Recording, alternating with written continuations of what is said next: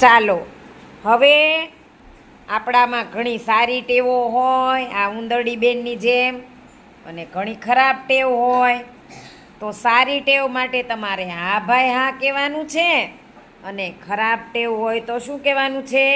ના ભાઈ ના. બરાબર? ચાલો હવે હું બોલું છું, તમે ઓળખી અને સામું બતાવજો મને. રોજ સવારે બ્રશ કરાય?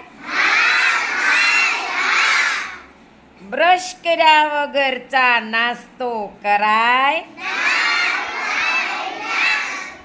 હાથ ધોયા વગર જમવા બેસાય?